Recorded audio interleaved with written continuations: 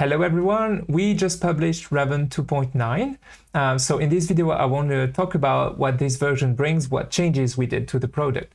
If this is your first time hearing about REVEN though and have no idea what the project is or what it's for, please head over to our blog at blog.techtraining.com. You'll find more introductory content there. In this video I just want to talk about what this new iteration brings. So what do we have? First of all, we introduced a new feature that we call the memory watchers. So we'll talk about that, and also we did some enhancement on the product. So we'll talk about them as well, namely debugger navigation and other things. We did also some improvements on the backend side, and that brings us access to more symbols, both on Windows and Linux side, but for different reasons. So we'll talk about that. And finally, alongside this version, we published new scripts. One to extract thread synchronization routines from a Windows trace, and two examples on how to produce meaningful output from your analysis. Before we start, know that you can find all the details that I'm going to talk about in this video on the blog article dedicated to this new version. So if you want more details, head over there. Without further ado, let's dive into it. So memory watchers. We mimicked what memory watchers are on a debugger. That is a memory region you're interested in monitoring and having a closer look at, so you can have that in a dedicated widget somewhere.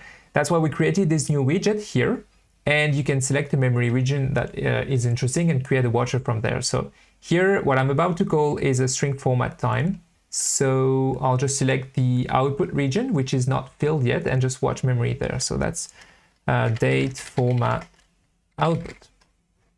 And by default, this is a hex buffer, so it's going to be displayed as hex value, but in my case I know it's going to be a string, so instead I can edit that and select string UTF-8, and right now there's just garbage in there.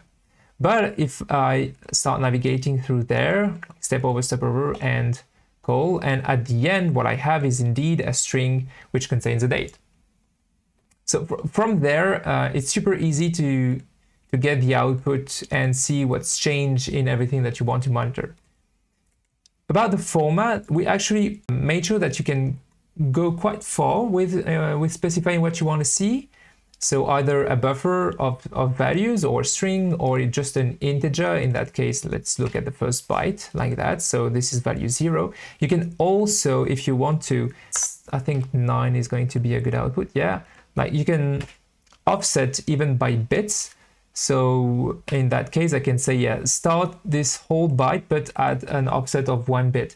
And the idea of that is that sometimes you get structures where values are very, very packed. So your value may start at bit 3. So this is something you can do here. You can also view as different value, bins, octal if you're into that kind of thing, or of course, hexadecimal. And discard. So yeah, this is the first iteration on that feature, and we're super interested in seeing how customers start using it. Another addition of this version that you might have noticed is in how we represent and interact with transitions in the trace. First of all, whenever I hover some point in time in the trace, you see that there's a blue line now that appears in the timeline at this point that I'm hovering. So I get a fairly good idea of where it is in the trace, whether it's before, after, or if it's far away. In the same vein, whenever I see a transition number, for instance, in the backtrace or maybe in the taint results, we get these icons here, like these equal icons represent that this is the current transition, and then this is after my current transition, this is before, and you can get either 1, 2, or 3 arrows, whether this is very close, a little bit before, or very far away on the time axis. So these two things will help you at a quick glance and with very few interaction get an idea of the sequence of events. Next up is Debugger Navigation. You probably saw me using it in passing. So this is a feature request we've had for quite some time, and it really makes navigation super natural in REVEN. The idea is to really replicate the same commands that you use in debugger, stepping in, stepping out. So like in this case, stepping over the call will get me right after the red. And if I'm inside a call to something, stepping out will take me to the red. And the same is true because this is a REVEN trace, either forward or backward. Like in that case, I can step over backwards, which will take me to the call. And of course, if I'm here and I'm stepping over backwards, I will skip the function string format time and head back right at the call instruction as well. So this is accessible through the GUI here, and again, it makes navigation really natural, and it's also accessible through the Python API. So let me demonstrate those API changes through this Jupyter notebook I have here. For instance, here I'm doing something very similar to what I just did in the GUI. I'm getting a transition inside a call to here memset. Then I'm stepping out backwards of it. So it means I'm taken back to the call instruction. And finally, I step over it. And so I get to the instruction right after the red instruction. So you were able to do similar things in the API before 2.9, but you had to aggregate data from multiple sources, and having it right here on the transition object is much more convenient to use. And from there, the use cases are you could either, for instance, extract data from a single function super easily, or if you programmatically find a transition and you want to see the arguments to that call, it's super easy to step out backward, get the transition where it's been called, and fetch the arguments from there. Another change on the API we did completely unrelated to debugger-like navigation is in how we read memory accesses from a trace. What we had before 2.9 was this. First, you could read all the accesses from a transition like this. And you could also make a little more complex query on the trace point memory accesses API entry point. You could get all accesses on a memory range like I'm doing here, and I'm just taking the first 5. Or you could further narrow down the scope of what you wanted to get on a certain transition range. So you could filter on an address range plus transition range. And that's what I'm doing here, and I'm just getting a single result. What we added in 2.9 is the natural continuation of that. And now we could simply get all accesses on a transition range, regardless of the address. And of course, that means that we can now also get all accesses on the entire trace. So you could already do that before by simply iterating on the transitions. But here it's more powerful because you can express exactly what you want. And that means on our side, we can fetch more results at the same time. And in general, it results in a much more performant API call. So whenever you're inside some complex algorithm and you want to squeeze more performance, this API entry point is going to help you. Now, about those backend enhancements I was telling you about, two different things. First, we switched to a new Pdb parsing library, which is now compatible with private symbols. And so, of course, you get more symbols from Pdb files, especially when you're doing things like analyzing chromes, you get more symbols, and that's really much more convenient. About that, we actually switched over to the Pdb Rust library, and that's the culmination of a long-running effort on our side to integrate more Rust into the REVEN backend. So if you're interested in that aside, it actually started with external project. We started using Rust for external project, like REVEN KD Bridge is written in Rust. And also we had the idea of integrating more Rust into the C++ REVEN code base, but for that we had to make sure we could compile it and integrate it with a continuous integration and the production builds and all of that.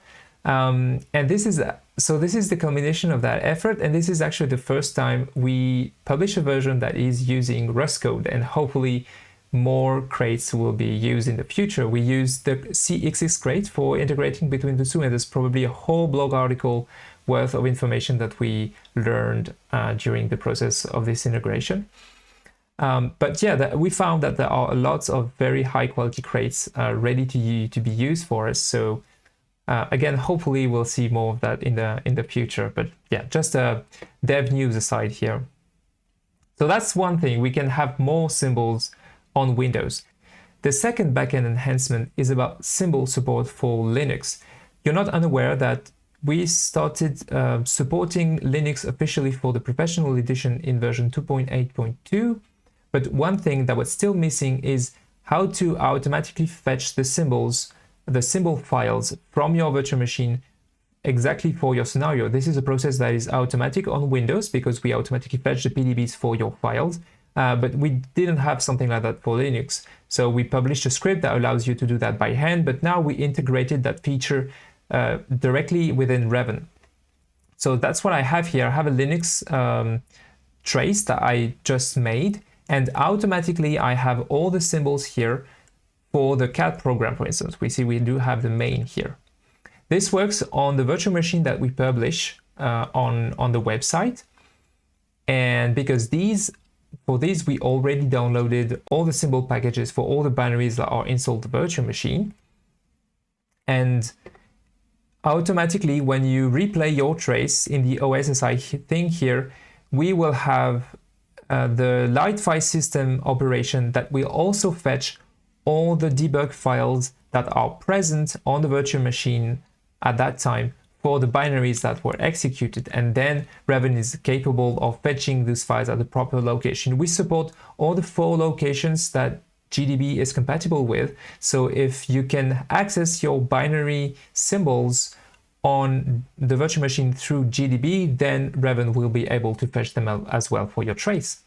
So that's quite a very important thing for us, because now creating a Linux trace from one of the virtual machines we provide is fully automatic. You could just import the virtual machine, create your snapshot, create a trace, next, replay, and you have all the symbols for the binaries that were already present in the virtual machine. So about these scripts that we publish alongside this version, the first thing to note is that starting 2.9, we have a book which sums up every examples that we publish with this version. And the idea is that instead of having to parse through the zip file for examples that might suit the situation you're in, you can simply search in this page using this button. You can also there access documentation of the example and even the source code. So if you want to copy paste something from there and use it in your own notebook, it's super easy to do. So this is a way for us to make our example much more accessible. And the things we started publishing with this version are, first, the thread synchronization extraction routine, which we have here. And the idea is to extract everything that's related to critical sections and condition variables and stuff like that, so that from there you can further your analysis or build an algorithm on top of that. And also 2 scripts to extract the output of your analysis from the bookmarks, namely. So to illustrate all that, let's head over to a Windows machine where I have everything set up. First of all, this is what the output of this thread synchronization routine extraction looks like. It's similar to listing all the file accesses, but this time it's all about critical section and condition variables and all that. So from there, you can use that information or pipe that into your own algorithm if you want. The second thing I wanted to talk about was the export bookmark Python script. It's either accessible either Python script or a Jupyter notebook if you want to use that as well. And the base version allows you to output something in either HTML or Markdown or something like that. And with a few arguments, you can customize the output. And for my case, it looks like that. On the trace, I just run that on. I have 2 different bookmarks, and this is what they look like. I have the text of the bookmark alongside the location and the instruction of my bookmark alongside some context. And since I have 2, I have this thing 2 times. And again, the idea is you can either use that as is or start iterating from that script and customize that further to your needs. The third and final thing I wanted to show you here was the Bookmarks to Breakpoint program. The idea is that once you've done some analysis in your trace, you might have a couple of locations of interest. Like in this case, I have the main of my program and the ZW write file call placed as bookmarks. And if you want to iterate further on the analysis and you need to go back to analyzing a live virtual machine using WinDbg, you can extract those bookmarks as breakpoints. So let me demonstrate that here. That's what I'm going to do with this script. I have a list of breakpoint commands that I can pipe directly to WinDbg here, and it plays 2 bookmarks, 2 breakpoints. And now whenever I press go, one of those breakpoints is going to hit, in that case the main, and then I'll probably get another write file and all of that. Yeah, I'm inside write file call here. So this was actually a feature request, so we're super glad we were able to build that simply using the API. And again, this is used as an example for you to extract data and make something useful that you can use elsewhere to further your analysis. So that's it for version 2.9. You can already download it through the regular channels. And if you want more details, again, head over to the dedicated blog article because everything is summed up here as well. And as usual, thanks for watching.